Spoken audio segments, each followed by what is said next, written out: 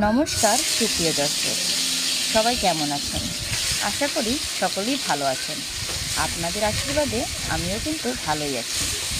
আজ রান্না করেছিলাম ট্যাংরা মাছ দিয়ে আলু টমেটো দিয়ে পাতলা পাতলা ঝোল।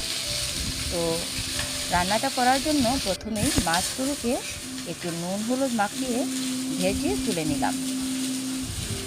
সবগুলো মাছ ভাজা হয়ে গেলে ওই তেলেই প্রথমে দিয়ে দিলাম সেদ্ধ করা আলু। এগুলোকে একটু নাড়াচাড়া করে তারপরই এতে দিয়ে দেব একটা টমেটো ফালি করে টুকরো করে রাখা।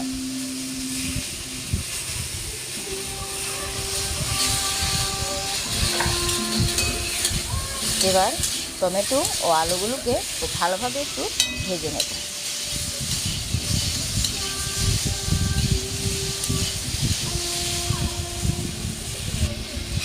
এগুলো ভাজা হয়ে গেছে, এবার এগুলোকে নামিয়ে নেব।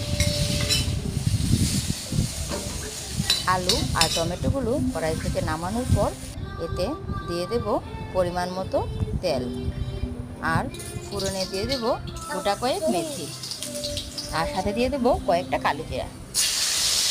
মশলার মধ্যে হলুদের গুঁড়া, লঙ্কার গুঁড়া, জিরা বাটা আর ছিল পরিমাণ মতো লবণ। মশলাটাকে খুব ভালোভাবে কষিয়ে নেওয়ার পর এতে ভেজে রাখা আলু টমেটোগুলো প্রথমে দিয়ে খানিকক্ষণ একটু নেড়েচেড়ে কষিয়ে নিতে হবে। এগুলো খুব ভালোভাবে কষানো হয়ে গেলে এতে দিয়ে দেবো ঝোলের জন্য পরিমাণ মতো পানি।